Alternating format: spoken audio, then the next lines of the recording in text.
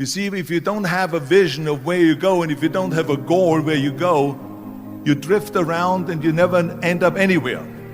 It's like you can have the best ship in the world, you can have the best airplane in the world. If the pilot or the captain doesn't know where to go, it would just drift around. It would not end up anywhere, or most likely in the wrong place.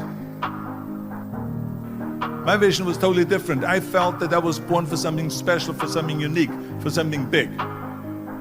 So I was searching. Then one day I went to school. I remember I was 11 years old, and they showed a documentary about America. And there they showed in this documentary the huge skyscrapers, the high-rises, the huge bridges, the 6-lane freeways, the huge cars with the wings sticking out, and all of this stuff. And I said to myself, that's where I want to be. I don't want to be around here with these little farmhouses and these little buildings, and everything is old.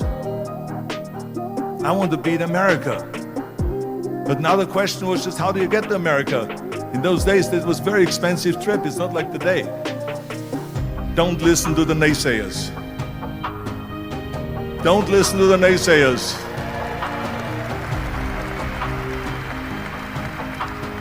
Everything I ever did, the thing that they heard out of people's mouth was, that's impossible. That can't be done. Or no. I remember when I wanted to be a bodybuilding champion, including my parents and everyone else around me, said this is impossible. Why don't you become a ski champion? That's what they do in Austria. Or a bicycle champion, they do some track and field. You can't be a bodybuilding champion.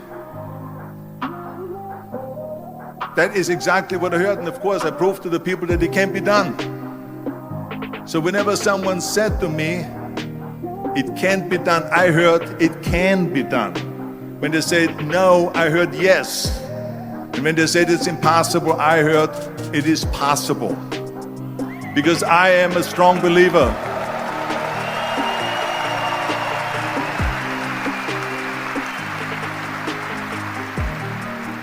I'm a strong believer of what Nelson Mandela said, that everything is always impossible until someone does it. Well, I'm going to be the one, I said to myself, I'm going to do it and I'm going to show it to them. Maybe it has never been done before. That's perfectly fine with me. But I'm going to do it. And I did not listen to the naysayers.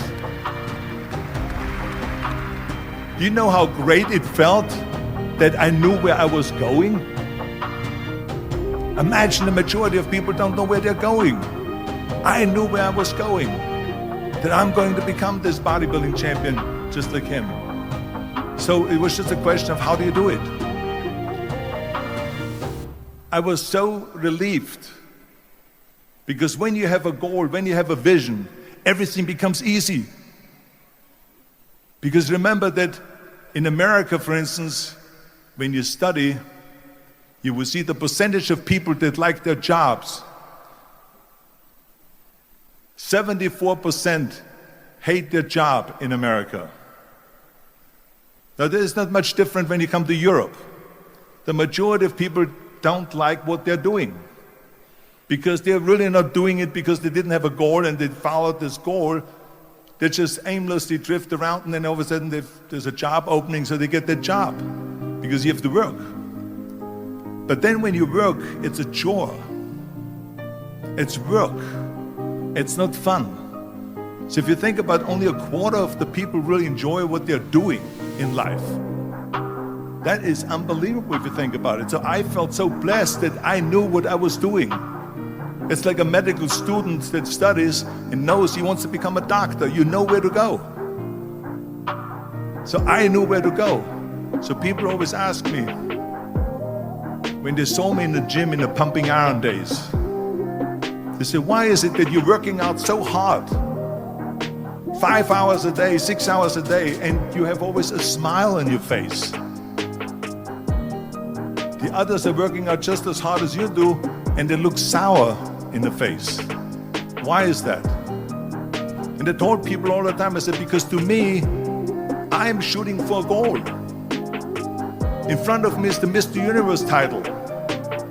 So every rep that I do gets me closer to accomplishing that goal, to make this goal this vision turn into reality. Every single set that I do, every repetition, every weight that I lift will get me a step closer to turn this goal into reality. So I couldn't wait to do another 500-pound squat. I couldn't wait to do another 500-pound bench press. I couldn't wait to do another 2,000 reps of sit-ups. I couldn't wait for the next exercise, for the next half hour of posing and all the kind of things that you have to do.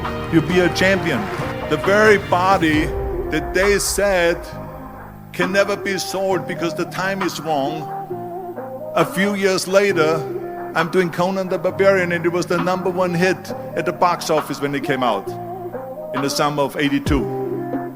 Think about that. And the director says, if we wouldn't have had his body, we would have had to build one. So all of a sudden, my body became an asset, not a liability. And the same thing was with Terminator. After we were finished filming Terminator, Jim Cameron said to the press, if Arnold wouldn't have had that accent and talked like a machine, I think the movie wouldn't have worked. So think about that.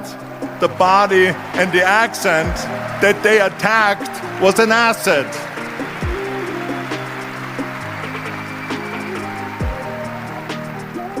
But I didn't listen to those losers. I didn't listen to them at all. Because that's exactly the way it was in politics again, when everyone said no, no, no, and it can't be done. And I became governor of California, and this is with everything like that. This is just the reality of it, is that you cannot listen to the naysayers. So this is a very important lesson for all of you. So when someone says, no, this is a stupid idea, you in your mind, you don't have to say it, but in your mind just say this, fuck you, you're an asshole. What do you know?